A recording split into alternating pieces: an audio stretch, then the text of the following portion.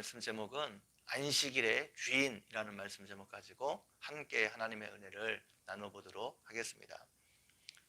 11장에서 당시 이스라엘 백성들에게 있었던 인생의 무거운 짐 중에 하나가 율법의 짐이라 말씀드렸습니다. 12장에서는 예수님을 반대하던 사람들에 대해서 기록하고 있는데 바리새인들이 이스라엘 백성들에게 배워진 율법의 무거운 짐이 무엇인지를 안식일을 예를 들어서 설명하면서 이제 예수님을 어떤 사람들이 반대했는지에 대해서 말씀해주고 있습니다. 안식일은 이스라엘 백성들 위해서 하나님께서 친히 제정해 주신 날입니다. 광야의 이스라엘 백성들에게 안식일만큼 그들에게 자유와 희망을 주는 날이 없었습니다. 출애굽하기 이전 이스라엘 백성들은 365일 동안 하루도 쉬지 못했습니다. 바로를 위해서 끊임없이 그들이 일만 해야 했습니다. 그런 그들에게 하나님은 엿새 동안은 열심히 일을 하고 제7일에는 아무것도 하지 말고 온전히 쉬라 말씀하셨습니다. 그 날은 다른 날과 구별해서 일하지 말고 아무것도 하지 말고 쉬면서 거룩하게 지키라 말씀하셨습니다. 하던 일을 멈추고 자신을 구원하신 그 하나님을 기억하며 감사하며 찬양하는 날로 삼으라는 말씀입니다. 하나님께서 이스라엘 백성들에게 안식일에 일하지 말라 명령하셨지만 일이 무엇인지에 대해 구체적으로 말씀해 주시지 않았습니다. 개인이 알아서 규정하고 어떤 것이 일인지는 개인이 알아서 자유롭게 규정하고 지키면 되었습니다. 그런데 이스라엘 백성들은 안식일을 더 잘 지키고 싶은 욕심에서 일이 무엇인지 30가지 39가지 항목으로 이 일에 대해서 규정했습니다. 그리고 그것을 위한 세부적인 항목이 260가지 이상이 되었습니다. 그러니까 안식일 규정만 260가지 이상이 된 거예요. 율법의 규정이 여러분 얼마나 많이 났는지 한번 생각해 보십시오. 안식일의 일정거리 이상을 걸으면 일이 되었습니다. 그래서 안식일을 지키기 위해서 자신의 걸음거리를 세고 다녀야 됐어요. 몇 걸음 이상 되면 일이 되기 때문에 안식일에 일정한 무게 이상을 옮기면 일이 되었습니다. 그래서 주머니에 있는 동전의 개수를 세어야 됐습니다.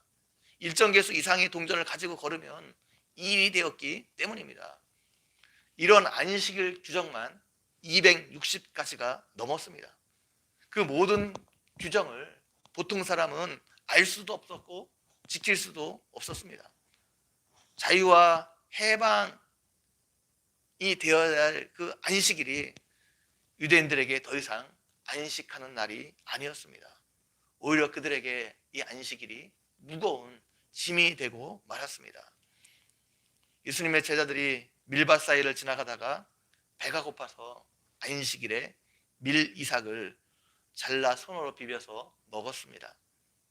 율법에 의하면 밀밭이나 포도원 길가에 있는 부분은 지나가는 나그네나 가난한 사람들이 배고플 때 얼마든지 잘라 먹을 수 있었습니다. 그것은 자신들의 목이었기 때문에 제자들이 밀밭에서 이삭을 잘라 먹은 일 자체는 율법을 어긴 일이 아니었습니다. 오늘날로 하게 되면 이 절도죄죠. 굉장히 문제가 심각한 일인데 율법에서는 그것을 허용하고 있습니다. 문제는 그 일을 안식일에 했다는 겁니다. 당시 유대인의 유전에서는 밀 이삭을 자르는 것은 추수 행위로 보았기 때문에 이것은 안식일 규정을 어기는 행위였습니다. 그래서 예수님의 제자들이 안식일을 범했다고 지금 바리새인들이 비판하고 있는 것입니다. 예수님은 바리새인들의 비판에 대해 두 가지 예를 들어서 그들을 반박하셨습니다. 첫 번째가 다윗의 예입니다. 사무엘상 21장에 보게 되면 다윗이 사울에게 쫓기고 있을 때 극도로 허기진 상태였습니다. 이때 제사장이었던 아히멜렉이 제사장 외에는 일반인들은 먹을 수 없는 진설병을 다윗과 그를 따르는 사람들에게 주었습니다. 그리고 이 일이 안식일에 있었습니다. 유대인들은 위기에 처한 생명을 구하기에 안식일 규정을 어길 수 있다 생각했습니다. 다윗의 예가 바로 그러하다는 겁니다. 예수님의 제자들이 행한 일이 다윗의 경우와 같다 말씀하고 있는 겁니다. 그들이 먹지 않으면 굶주려 어려움을 겪을 수 있었기 때문입니다. 두 번째로 안식일법보다 더 상위법이 있는데 그 법을 행하고 있을 때에는 안식일법을 어겨도 죄가 되지 않는다는 것입니다. 제사장들이 안식일에 성전에서 제사 드리는 일을 행합니다. 그래서 그 일이 죄가 되지 않습니다. 안식일을 어기는 것이 아닙니다. 성전에서 섬기는 것이 안식일을 지키는 것보다 우선하는 일이기 때문입니다. 예수님은 자신이 성전보다 더 큰 이라 말하고 있습니다. 성전을 섬기기 위해 안식일을 어겨도 죄가 되지 않는데 성전보다 더 큰 자신을 섬기기 위해서 안식일 계명을 어기는 것은 더더욱 죄가 될 수 없다는 것입니다. 그러면서 8절에서 인자는 안식일의 주인이라 말씀하고 있습니다. 레위기 23장 3절 말씀에 의하면 안식일은 여호와의 안식일입니다. 그런데 예수님은 자신이 안식일의 주인이라 말씀하시면서 자신이 안식일에 대한 모든 규정을 좌지우지할 수 있는 절대적인 권한을 갖고 있음을 말씀하고 있습니다. 안식일의 주인인 자신을 섬기기 위해서 제자들이 안식일에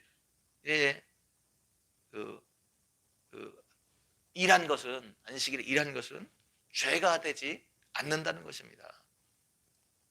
예수님은 결론적으로 하나님께서 이스라엘 백성들에게 율법을 주신 목적에 대해 말씀해주고 있습니다. 이러면 호세아서를 인용하시면서 하나님께서는 자비를 원하고 죄사를 언하지 아니하노라 말씀하셨다는 겁니다. 죄사는 넓은 의미로 보면 율법을 지키는 모든 행위를 말합니다. 단순히 하나님 앞에 나와 제사하는 예배드리는 행위뿐만 아니라 그 율법의 모든 그런 항목을 말합니다. 하나님은 율법을 지키는 행위보다, 다시 말하면 하나님의 말씀을 지키는, 계명을 지키는 행위보다 자비를 원하십니다. 자비는 다른 사람을 불쌍히 여기는 것을 말합니다. 다른 사람을 사랑하는 것을 말합니다. 하나님께서 이스라엘 백성들에게 안식일을 주신 것은 그들에게 온전한 안식을 주기 위해서입니다. 이스라엘 백성들에게 자비를 베풀기 위해서입니다. 그래서 그들이 일을 하지 못하도록, 다른 사람들에게 일을 시키지 못하도록 그렇게 금하신 것입니다. 그런데 이스라엘 백성들에게 안식일의 목적과 그 정신, 그것은 없어지고 종교적인 금지 명령만 남았습니다. 그래서 그들에게 안식일이 오히려 안식을 주는 날이 아니라 그 안식일이 그들에게 무거운 짐이 되고 말았습니다. 오늘날도 우리가 율법을 지키는 것은, 하나님의 계명을 지키는 것은 하나님 사랑과 이웃 사랑을 우리의 삶에서 구현하기 위해서입니다. 그런데 그 내용은 빠지고, 하나님 사랑과 이웃 사랑에 대한 그 내용은 빠지고 단지 그 형식만 남아있으면 그것은 외식입니다. 기계적으로 율법만 지킨다고 해서, 우리가 기계적으로 계명만 지킨다고 해서 하나님이 기뻐하시는 것이 아니라는 말씀입니다. 오히려 하나님은 그것을 증오하십니다. 내용은 없어지고 빈 껍데기인 그 형식만 지키는 것, 이거 하나님이 가증스럽게 여기는 겁니다. 오늘날 우리도 얼마든지 그럴 수 있다는 거예요. 우리 하나님의 계명을 지키는 것, 이게 그 안에 그 내용이 빠져버리면, 하나님을 사랑하고 이웃을 사랑하는 그 내용이 빠져버리면 바리새인들과 똑같아질 수밖에 없다는 겁니다. 이렇게 내용은 없고 빈 껍데기인 형식만 지키는 사람들의 특징이 무엇입니까? 자신들과 같이 말씀을 지키지 못하는 사람들, 계명을 지키지 못하는 사람들을 보면 정죄한다는 겁니다. 그들을 정죄하고 비판한다는 겁니다. 오늘 본문에 나오는 바리새인들은 하나님의 말씀에 따라 자신들이 단순히 일을 하지 않고 안식일 규정만 지키면 안식일을 잘 지키는 것이라 생각했습니다. 그런데 예수님은 안식에 담겨있는 정신을 이해하지 못하고 단순히 그 안식일 규정만 지키는 것은 지금 잘못된 것이라 책망하고 있습니다. 우리가 하나님의 말씀을 지키는 이유가 무엇입니까? 하나님의 계명을 지키는 이유가 무엇입니까? 하나님을 사랑하고 이웃을 사랑하는 그 정신을 우리 삶에서 구현하기 위해서입니다. 우리가 단순히 기계적으로 말씀을 지키는 것은 아무런 의미가 없다는 것입니다. 바리새인들처럼 외식에 빠질 수밖에 없다는 것입니다. 이것을 기억하고 하나님과 이웃을 사랑하는 마음을 가지고 모든 것을 행하는 여러분 모두가 되기를 주님의 이름으로 간절히 축원드립니다. 한번 기도드리겠습니다. 하나님 아버지, 오늘도 말씀을 통해서 우리에게 은혜 베풀어 주신 것 너무나 감사합니다. 하나님 우리에게 계명을 주시고 말씀을 주신 것, 그 말씀 순종을 통해서 하나님을 사랑하고 이웃을 사랑하는 그런 정신을 구현하라고 우리의 삶에서 나타나라고 주셨는데 하나님 이것을 기억하게 도와주시고 늘 우리가 하나님 사랑하는 마음 가지고 이웃을 사랑하는 마음 가지고 모든 일을 행하는 우리 모두가 되어줄 수 있도록 함께해 주시기를 원합니다. 감사합니다. 예수님의 이름으로 기도 올려옵나이다. 아멘.